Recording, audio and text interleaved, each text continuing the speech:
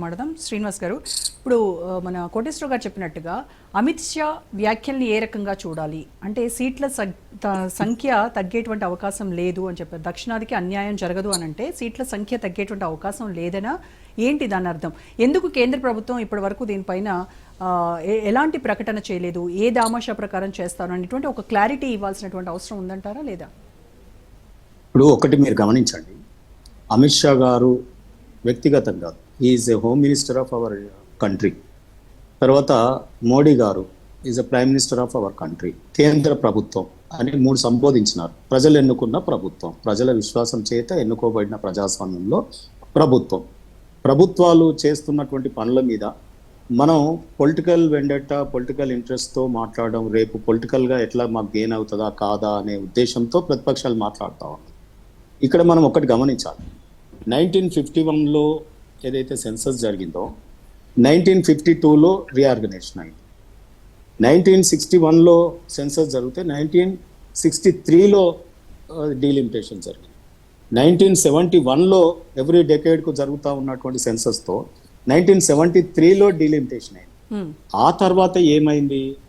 అప్పుడున్న ప్రభుత్వం ఏంటి? కాంగ్రెస్ ప్రభుత్వం. ఆ తర్వాత యూపీఏలో ఉన్న ప్రభుత్వం. కాంగ్రెస్ ప్రభుత్వం ఏం చేసింది? 1976లో ఈ డీలిమిటేషన్ని ఫ్రీజ్ చేసింది. 1976లో మన జనాభా సౌత్ ఇండియాలో ఏ రకంగా ఉంది?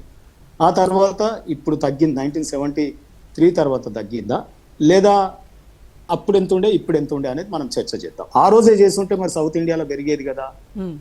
ఆ రోజు పేషెంట్కు ట్రీట్మెంట్ ఇవ్వకుండా ఇవాళ గగ్గోలు పెడితే ఎట్లా? రెండోది, ఇవాళ బీఆర్ఎస్ పార్టీ, కాంగ్రెస్ పార్టీ రెండు ఒక వేదిక మీద కలిసినాయి. సరే, కలవనీయండి, వారిది ఏ రకమైన రాజకీయమో జనాలు ఇక్కడ చూస్తారు, తెలంగాణ ప్రజలు. సరే, రెండు ఒకే వేదిక మీద ఒక ఇష్యూ మీద అక్కడ కలిసినాయి. కలిసినప్పుడు యూపీఏ ప్రభుత్వంలో బీఆర్ఎస్ పార్టీ ఉందా లేదా? అప్పుడు ప్రభుత్వంలో ఉన్నప్పుడు మరి కేసీఆర్ గారు మాట్లాడలేదు ఎందుకు? ఇన్నేళ్ళు సైలెంట్ ఎందుకున్నారు?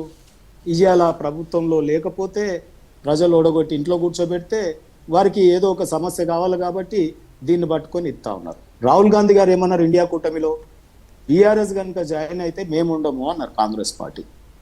ఇది ఒకటి రెండు ప్రాంతీయ పార్టీలు వీరిని కలుపుకుందామంటే. మరి ఈరోజు రాహుల్ గాంధీ గారు మరి యాక్సెప్టెన్స్ ఇచ్చినారా వీరిని, బీఆర్ఎస్ని కాంగ్రెస్ని ఒకే కూటమి మీద కలవడానికి?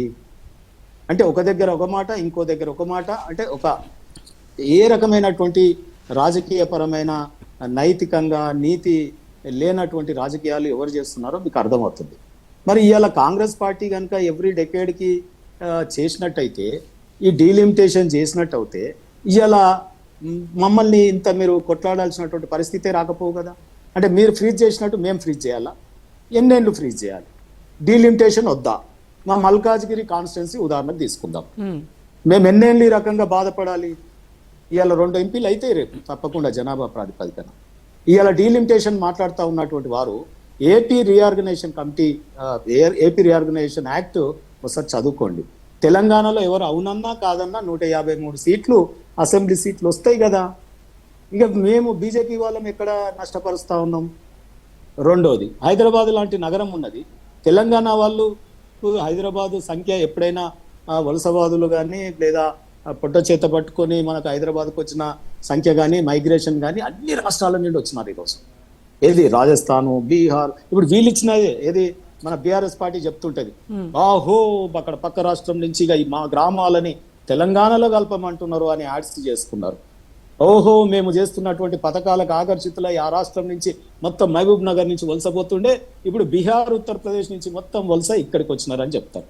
జనాభా రకంగా తెలంగాణ పెరిగినప్పుడు తెలంగాణ నుంచి మన ముఖ్యమంత్రి కానీ కేటీఆర్ కానీ పోవడంలో అర్థం ఉందా?